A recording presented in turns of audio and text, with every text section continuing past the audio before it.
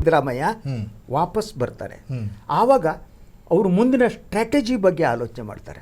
Yes sir, ಇಲ್ಲಿ ನನಗೆ ಕಾಡ್ತಿರೋಂಥ ಪ್ರಶ್ನೆ ಏನಂದರೆ, ಇಲ್ಲಿ ಡಿ ಕೆ ಶಿವಕುಮಾರ್ ಅವರ ಮತ್ತೊಂದು ಅವರ ಒಂದು ಏನಂದರೆ ದೂರದೃಷ್ಟಿ ಆಗಿರ್ಬೋದು, ಆ ಮನುಷ್ಯ ಯಾವ ರೀತಿ ರಾಜಕಾರಣವನ್ನು ಮಾಡ್ತಾರೆ ಅನ್ನೋದಕ್ಕೆ ಎಕ್ಸಾಂಪಲ್ ಯಾವ ರೀತಿ ಇಲ್ಲಿ ನಂಗೆ ಕಾಣ್ತಾ ಇದೆ ಅಂದರೆ, ಮುಂದೆ ಹೈಕಮಾಂಡ್ ಲೆವೆಲ್ನಲ್ಲಿ ಸಿದ್ದರಾಮಯ್ಯನವ್ರನ್ನ ಒಪ್ಸೋದು ಒಂದು ರೀತಿ, ಅದಾದಮೇಲೆ ರಾಜೀನಾಮೆಯ ನಂತರ ಬೇರೆ ಬೆಳವಣಿಗೆಗಳಾಗಲೇಬಾರ್ದು, ಸಿದ್ದರಾಮಯ್ಯನ ಫಾಲೋವರ್ಸ್ ಯಾರು ಕೂಡ ಸಿದ್ದರಾಮಯ್ಯನವ್ರಿಗೆ ಅಷ್ಟು ಬೆಂಬಲವಾಗಿ ನಿಲ್ಬಾರ್ದು ಅನ್ನೋದನ್ನು ಇವರು ಮೊದಲೇ ಪ್ಲಾನ್ ಮಾಡಿ ಕಟ್ ಮಾಡಿದ್ರು. ಆದರೂ ಕೂಡ ಕರ್ನಾಟಕ ಭವನದಲ್ಲಿ ಸೋರ್ಸ್ ಪ್ರಕಾರ ಸಿದ್ದರಾಮಯ್ಯನವ್ರ ಜೊತೆ ಇದ್ದಂಥ ಸಚಿವರೆಲ್ಲ ಅವ್ರ ಜೊತೆಗೆ ಇದ್ದರು.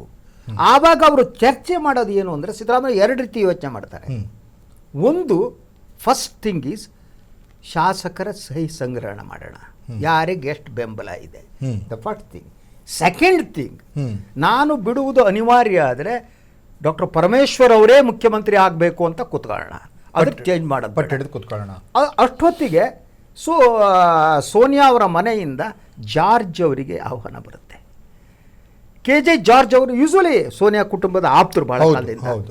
ಅವರು ಹೋದ ತಕ್ಷಣ ಆ ಮಾಹಿತಿ ಹೀಗೆ ಮಾಡಬಹುದು ಅನ್ನೋ ಮಾಹಿತಿ 10 ಜನಪದಕ್ಕೆ ತಲುಪಿರುತ್ತೆ. ಕರೆಕ್ಟ್. ಆವಾಗ ಸೋನಿಯಾ ಮತ್ತು ರಾಹುಲ್ ಹೇಳ್ತಾರೆ, ಹೇಳಿ ಸಿದ್ದರಾಮಯ್ಯನವರು ಕನ್ವಿನ್ಸಿ, ನಾವು ಗೌರವದಿಂದ ನಡೆಸ್ಕೋತೀವಿ, ಇದೆಲ್ಲ ಬೇಡ, ಸಹಿ ಸಂಗ್ರಹಣೆ ಆಗಲಿ, ಇನ್ನೊಂದಾಗಲಿ ಮತ್ತೊಂದಾಗಲಿ ಬೇಡ, ಬೇರೆ ರೀತಿಯ ಅರ್ಥಗಳಿಗೆ. ಆದರೆ ಒಂದು ಎಶ್ಯೂರೆನ್ಸ್ ಕೊಡಿ ಅವರಿಗೆ, ಅವರು ಮುಖ್ಯಮಂತ್ರಿ ಸ್ಥಾನವನ್ನು ಬಿಟ್ಟು ಕೊಟ್ಟಿದ್ದಕ್ಕೆ ಇಸಿ ಪ್ರತಿಫಲವಾಗಿ ಅವ್ರು ಏನು ಹೇಳ್ತಾರೆ, will ready to do it. ಸಚಿವ ಸಂಪುಟದಲ್ಲಿ ಅವ್ರ ಜನ ಬೇಕೋ, ನೋ ಪ್ರಾಬ್ಲಮ್. ಅಥವಾ ನ್ಯಾಷನಲ್ ಪಾಲಿಟಿಕ್ಸ್ ಇದರ ನಡುವೆ ಹೈಕಮಾಂಡ್ಗೆ ಸಿದ್ದರಾಮಯ್ಯನವ್ರನ್ನ ಕರೆಸ್ಕೊಳ್ಳೋದಕ್ಕಿಂತ ಮೊದಲೇ ಯತೀಂದ್ರ ಸಿದ್ದರಾಮಯ್ಯ ಮಾಡಿದಾರ ಎನ್ನಲಾದಂಥ ಕೆಲವೊಂದು ವ್ಯವಹಾರಗಳ ಮಾಹಿತಿಗಳು ಹೈಕಮಾಂಡ್ ಗಮನಕ್ಕೆ ಇದೆ. ಅದನ್ನ ಕನ್ಫರ್ಮ್ ಗೊತ್ತಿಲ್ಲ ನನಗೆ. ಸೊ ಈಗ ನಾನು ನಿಮ್ಮ ಹತ್ರ ಹೇಳ್ತಾ ಇರೋದು ಇದು confirm, first hand information, first hand information. ಆದ್ರೆ ಯತೀಂದ್ರದ್ದು ಆ ವಾದ ಕೂಡ ಇದೆ. ಯತೀಂದ್ರ ಹಾಗಾಗಿಯೇ ಸಿದ್ದರಾಮಯ್ಯನವರು ಸೈಲೆಂಟ್ ಆದ್ರು ಅಂತ ಹೇಳಲಾಗ್ತಾ ಇದೆ. ಸೊ ಆದ್ರೆ ಅಲ್ಲಾದ ಬೆಳವಣಿಗೆ ಜಾರ್ಜ್ ಅವರು ಮಾತನಾಡಿ ವಾಪಸ್ ಬಂದು ಹೇಳ್ತಾರೆ ಸಿದ್ದರಾಮಯ್ಯನವರಿಗೆ, ನೋಡಿ ಸರ್, ಇದು ಇನ್ನು ಬೇರೆ ಏನೂ ಮಾಡೋಕ್ಕೆ ಸಾಧ್ಯ ಆಗಲ್ಲ, ಸಹಿ ಸಂಗ್ರಹಣೆ ಎಲ್ಲ ಕೂಡುದು ಅಂತ ಸ್ಪಷ್ಟವಾಗಿ ಹೇಳ್ಬಿಟ್ಟಿದ್ದಾರೆ. ಈ ಸಹಿ ಸಂಗ್ರಹಣೆ ಬೇಡ, ನೀವು ಗೌರವನ ತಗೋಗಿ ಬಿಟ್ಟುಬಿಡಿ. ಆದರೆ ಏನು ಮುಖ್ಯಮಂತ್ರಿ ಬದಲಾಗ್ತಾರೆ, ಉಳಿದವರು ಏನಿದ್ದಾರೆ ನಿಮ್ಮ ಮಾತು ನಡೆಯುತ್ತೆ ಸಚಿವ ಸಂಪುಟದಲ್ಲಿ, ಹಾಗೇನೆ ತಮ್ಮನ್ನು ರಾಜ್ಯಸಭೆ ಬೇಕಾದ್ರೆ ಕಳಿಸ್ತಾರೆ, ಯು ಡಿಸ್ಕಸ್ ವಿತ್ ದ್ಯಾಮ್ ಅಂತಾರೆ. ಸೊ ಆಗ ಸಿದ್ದರಾಮಯ್ಯನಿಗೆ ಅನಿಸುತ್ತೆ, there is no other way, ಬೇರೆ ದಾರಿ ಇಲ್ಲ, ಗೌರವಪೂರ್ವವಾಗಿ ಬಿಡ್ಬಿಡೋದು ಒಳ್ಳೆಯದು ಅನ್ನೋ ತೀರ್ಮಾನಕ್ಕೆ ಸಿದ್ದರಾಮಯ್ಯ ಬರ್ತಾರೆ. ಇವರು ನಿರೀಕ್ಷಿಸಿದಷ್ಟು ಸಚಿವರ ಬೆಂಬಲ ಇವ್ರಿಗೆ ಸಿಗಲಿಲ್ಲ ಅನ್ಸುತ್ತೆ. ಅವಾಗ ಸಚಿವರ ಬೆಂಬಲ ಸಿಕ್ಕಿದೆ ಅವರಿಗೆ, ಆದರೆ high command took it very seriously. ಅಂದರೆ ಕಾಂಗ್ರೆಸ್ ಹೈಕಮಾಂಡ್ ಇಷ್ಟು ಸ್ಟ್ರಾಂಗ್ ಆಗಿ ಇತ್ತೀಚಿನ ವರ್ಷಗಳಲ್ಲಿ ಇರಲಿಲ್ಲ. ಬಹಳ ಸ್ಪಷ್ಟವಾದ ಸಂದೇಶವನ್ನು ಕೊಡ್ತಾರೆ, ಡೋಂಟ್ ಡೂ ಎನಿಥಿಂಗ್.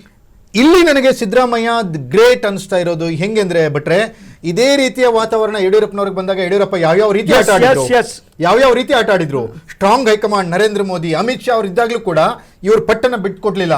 ಮುಖ್ಯಮಂತ್ರಿ ಸ್ಥಾನದಿಂದ ಇಳಿಬೇಕು ಅಂದ್ರೆ ಅವ್ರು ಹೇಳಿದವ್ರನ್ನೇ ಮುಖ್ಯಮಂತ್ರಿ ಮಾಡ್ಬೇಕಂತ ಪಟ್ಟಿಡಿದು ಕೂತ್ಕೊಂಡ್ರು.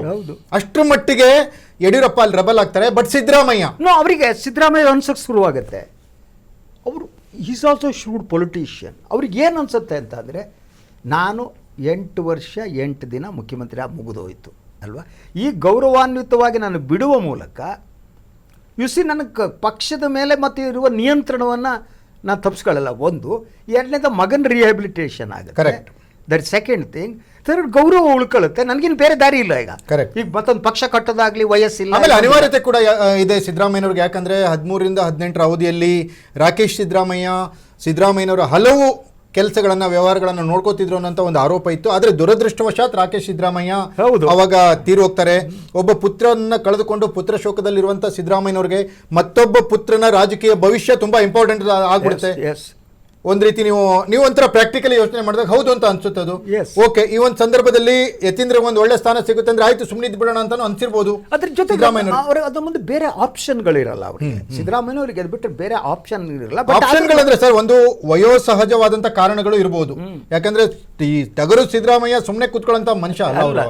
ಅವರ ರಾಜಕೀಯ ಹೋರಾಟ ಅವರೆಲ್ಲ ನೀವು ನೋಡಿದವ್ರ ಹತ್ರದಿಂದ, ಅವ್ರು ಯಾವತ್ತೂ ಈ ತರದನ್ನ ಗಿವ್ ಅಪ್ ಅಂತ ಮಾಡುವಂತ ವ್ಯಕ್ತಿ ನೋಡಿ. ಅದಾದ್ಮೇಲೆ ಅವರು KC ವೇಣುಗೋಪಾಲ್ ಅವ್ರನ್ನ ಮೀಟ್ ಮಾಡ್ತಾರೆ ಸಿದ್ದರಾಮಯ್ಯ.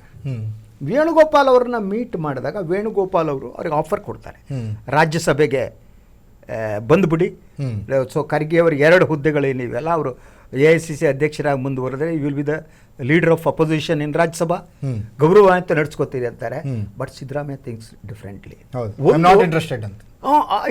ನಾಟ್ ಇಂಟ್ರೆಸ್ಟೆಡ್ ಅನ್ನೋದಕ್ಕೆ ಕಾರಣ ಇದೆ. ಸೊ ಇವರು ಕಾಂಗ್ರೆಸ್ ಆಫರ್ ಮಾಡೋದಕ್ಕೂ ಕಾರಣ ಇದೆ. ಕಾಂಗ್ರೆಸ್ ಆಫರ್ ಮಾಡೋದು ಯಾಕೆಂದ್ರೆ ಕರ್ನಾಟಕದಲ್ಲಿ ಇನ್ನೊಂದು ಪವರ್ ಸೆಂಟರ್ ಇರ್ಕೂಡ್ದು, ಸಿದ್ದರಾಮಯ್ಯ ಡೆಲ್ಲಿಗೆ ಎತ್ತಾಕ್ಬಿಡೋಣ, then D K Shivakumar will be safe. That was the thinking of Congress high command. Siddaramaiah ಯೋಚನೆ ಮಾಡ್ತಾರೆ, ನನ್ನ ಶಕ್ತಿಯನ್ನು ಉಳಿಸ್ಕೋಬೇಕು ಅಂತ ನಾನು ಕರ್ನಾಟಕದಲ್ಲೇ ಇರಬೇಕು. ಸೊ ಕರ್ನಾಟಕದ ರಾಜಕಾರಣದಿಂದ ದೂರ ಆಗ್ಬಿಟ್ರೆ I will be no wear. ನಾನು ಎಲ್ಲೂ ಇರಲ್ಲ, ರಾಜ್ಯಸಭೆ ಮೆಂಬರ್ ಆಗಿ ಇಟ್ಕೊಂಡು ಓಡಾಡಬೇಕು. ಇಲ್ಲಿದ್ರೆ ಶಿವಕುಮಾರ್ ಏನಾದರೂ ವ್ಯತ್ಯಾಸ ಮಾಡಿದ್ರೆ again I will become the power centre, ಮತ್ತೆ ನಾನು ಪವರ್ ಸೆಂಟರ್ ಆಗ್ತೀನಿ.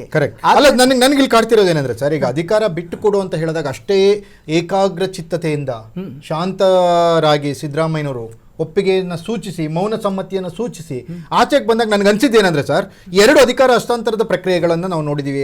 ಅಧಿಕಾರ ಕಳೆದುಕೊಳ್ಳುವಂಥ ಪ್ರಕ್ರಿಯೆಗಳು, ಒಂದು ನಾನು ಆವಾಗಲೇ ಕೋಟ್ ಮಾಡಿರ್ತಾರೆ ಯಡಿಯೂರಪ್ಪನವರು, ಮತ್ತೊಂದು HD ಕುಮಾರಸ್ವಾಮಿ ಅವರು. ಶಾಸಕರೆಲ್ಲ ಬಂಡೆದ್ದು ಹೋಗಿ ರೆಸಾರ್ಟ್ನಲ್ಲಿ ಉಳಿದ್ರು ಕೂಡ ಮುಖ್ಯಮಂತ್ರಿ ಸ್ಥಾನಕ್ಕೆ ರಾಜೀನಾಮೆ ಕೊಟ್ಟಿರಲಿಲ್ಲ. ಸುಪ್ರೀಂ ಕೋರ್ಟಿಗೆ ಹೋಗಿ 7 ದಿನದಲ್ಲಿ ಬಹುಮತ ಸಾಬೀತುಪಡಿಸಿ ಅಂತ ಹೇಳಿದ್ರು ಕೂಡ ಅವ್ರು ಕೊನೆಯ ದಿನದವರೆಗೂ ಇವ್ರು ರಾಜೀನಾಮೆ ಕೊಡಲಿಲ್ಲ. ತಮ್ಮ ಹತ್ರ ಬಹುಮತ ಇಲ್ಲ ಅಂತ ಗೊತ್ತಿದ್ರು. ಆದರೂ ಕೂಡ ಏಕಾಂಗಿಯಾಗಿ ಹೋರಾಡಿ ಅದ ನಂತರ ಡಿ ಕೆ ಶಿವಕುಮಾರ್ ಜೊತೆಗೆ ಸೇರಿಕೊಂಡು 135 ಸ್ಥಾನಗಳನ್ನು ಗೆದ್ದು ಮುಖ್ಯಮಂತ್ರಿ ಆದಂಥ ಸಿದ್ದರಾಮಯ್ಯನವರು, ಅಪಾರ ಶಾಸಕರ ಬೆಂಬಲ ಸಿದ್ದರಾಮಯ್ಯನವರು ಪರವಾಗಿಯೇ ಇದ್ರು. ಸುಮಾರು ಅವರು ಆ ರೀತಿ ಏನಾದರೂ ಆಯಿತು CLP ಮೀಟಿಂಗ್ ಕರೀರಿ, ಅಲ್ಲಿ ಶಾಸಕರ ಅಭಿಪ್ರಾಯ ಕೇಳ್ಬಿಡೋಣ ಅಂದಿದ್ರೆ 75-80 ಜನ ಸಿದ್ದರಾಮಯ್ಯನವ್ರ ಪರವಾಗಿಯೇ ಮತ ನೀಡ್ತಿದ್ರು. ಅಫ್ಕೋರ್ಸ್ ಅದ್ರಲ್ಲಿ 2 ಮಾತಿಲ್ಲ, ನೋ ಡೌಟ್. ಇಂಥ ಸಂದರ್ಭ ಇದ್ರೂ ಕೂಡ ಹೈಕಮಾಂಡ್ ಮಾತಿಗೆ ಹೌದು, ಕೊಟ್ಟು ಮಾತಿನಂತೆ ನಾನು ನಡೆದುಕೊಳ್ಳುತ್ತೇನೆ ಅಂತ ಹೇಳಿ ಬರ್ತಾರಲ್ಲ. ಇಲ್ಲಿ ಸಿದ್ದರಾಮಯ್ಯ ಒಂದು ರೀತಿ ಇತ್ತೀಚಿನ ದಿನಗಳಲ್ಲಿ ಅಪರೂಪದ ರಾಜಕಾರಣಿಯಾಗಿ ಕಾಣ್ತಾರೆ. ಒಂದು ಏನು ಗೊತ್ತಾ ಸರ್, ಒಂದು ರಾಜಕಾರಣದಲ್ಲಿ ಮ್ಯಾಚ್ಯೂರಿಟಿ ಅನ್ನೋದಿರುತ್ತೆ. When you become the ಮ್ಯಾಚ್ಯೂರ್ಡ್ politician ಅಂದರೆ ಒಬ್ಬ ಸಾಮಾನ್ಯ ರಾಜಕಾರಣಿಗೂ ಒಬ್ಬ ರಾಜನೀತಿಜ್ಞನಿಗೂ ವ್ಯತ್ಯಾಸ ಇದೆ. That's a politician and statesman. Slowly Siddaramaiah is evolving as A statesman. ಅವ್ರಿಗೆ ಗೊತ್ತಿದೆ, ಇದನ್ನು ನಾನು ಎಮೋಷ್ನಲ್ ಆಗಿ ನಾನೇನಾದರೂ ಮಾಡಿದರೆ I will be in trouble. ನನ್ನ ಎಮೋಷನನ್ನು ನೋವಾಗುತ್ತೆ, ದುಃಖ ಆಗುತ್ತೆ, ಅಧಿಕಾರ ಬಿಡೋದು ಯಾವನಿಗಾರು ಆಗುತ್ತೆ. ಅವಾಗ ಅದನ್ನು ಸ್ವಲ್ಪ ಎಮೋಷನ್ ಪಕ್ಕದಲ್ಲಿ ಯೋಚನೆ ಮಾಡಬೇಕು. ನನ್ನ ಮುಂದಿರುವ ದಾರಿಗಳು ಯಾವುದು, which is the best, that is the politics. ತನ್ನ ದಾರಿ ಯಾವುದು ಅಂತ ಅವರು ಆಲೋಚನೆ ಮಾಡಿದ ತಕ್ಷಣ ಅನಿಸಿದ್ದು, ಈಗ ಹೋರಾಟ ಮಾಡೋದು ಅಲ್ಲ, ಹೋರಾಟ ಮಾಡೋ ವಯಸ್ಸು ಇಲ್ಲ, ಶಕ್ತಿನೂ ಇಲ್ಲ, ಮತ್ತು ಕಾಂಗ್ರೆಸ್ ಪಕ್ಷವನ್ನು ಬಿಡೋ ಸಿಚುವೇಶನ್ ಇಲ್ಲ, ಏನೂ ಇಲ್ಲ. ಆಮೇಲೆ ಮತ್ತೊಂದು ಇಲ್ಲಿ ಪ್ರಬುದ್ಧ ನಡೆ ಯಾವ ರೀತಿ ನಾವು ಅಂದ್ಕೋಬಹುದು ಸಿದ್ದರಾಮಯ್ಯನವ್ರದ್ದು ಅಂದರೆ, ಡಿ ಕೆ ಶಿವಕುಮಾರ್ ಯಾವ ರೀತಿ ಸರ್ಕಾರವನ್ನು ನಡೆಸ್ತಾರೆ ಅನ್ನೋದರ ಹಿಂಟ್ ಸಿದ್ದರಾಮಯ್ಯವ್ರಿಗೆ ಗೊತ್ತಿರುತ್ತೆ.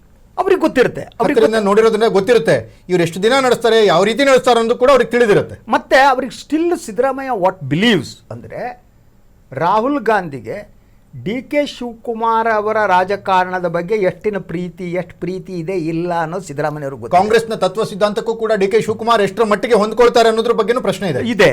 ಆ ಕಾರಣಕ್ಕಾಗಿ he thinks it is better to wait and watch. Yes ವೀಕ್ಷಕರೇ, ಈಗ ಶಶಿಧರ್ ಭಟ್ ಅವರು ಹೇಳಿರೋದನ್ನು ಕೇಳಿದ್ರಿ ನೀವು. ಯಾವ ರೀತಿ ನಡೀತು ಅಧಿಕಾರ ಹಸ್ತಾಂತರದ ಪ್ರಕ್ರಿಯೆ, ಯಾವ ಕಾರಣಕ್ಕೆ ಸನ್ಮಾನ್ಯ ಸಿದ್ದರಾಮಯ್ಯನವರು ಮುಖ್ಯಮಂತ್ರಿ ಸ್ಥಾನಕ್ಕೆ ರಾಜೀನಾಮೆಯನ್ನು ಕೊಡಲಿಕ್ಕೆ ಒಪ್ಕೊಂಡ್ರು. ಇಲ್ಲಿ ಪ್ರಭಾವ ವಹಿಸಿರುವಂತಹ, ಪ್ರಭಾವ ಬೀರಿರುವಂತಹ ನಾಯಕ ಯಾರು, ಆ ನಾಯಕನಿಗೆ ಪ್ರಭಾವ ಬೀರಲು ಇದ್ದಂತಹ ಮನಸ್ಥಿತಿ ಎಂಥದ್ದು, ಯಾವ ಕಾರಣಕ್ಕಾಗಿ ಸಿದ್ದರಾಮಯ್ಯನವರು ರಾಜೀನಾಮೆ ಕೊಟ್ಟರು ಅನ್ನೋದನ್ನು ಶಶಿಧರ್ ಭಟ್ ಹೇಳಿದ್ರು. ಅಂದರೆ ಇಲ್ಲಿ ಮೇನ್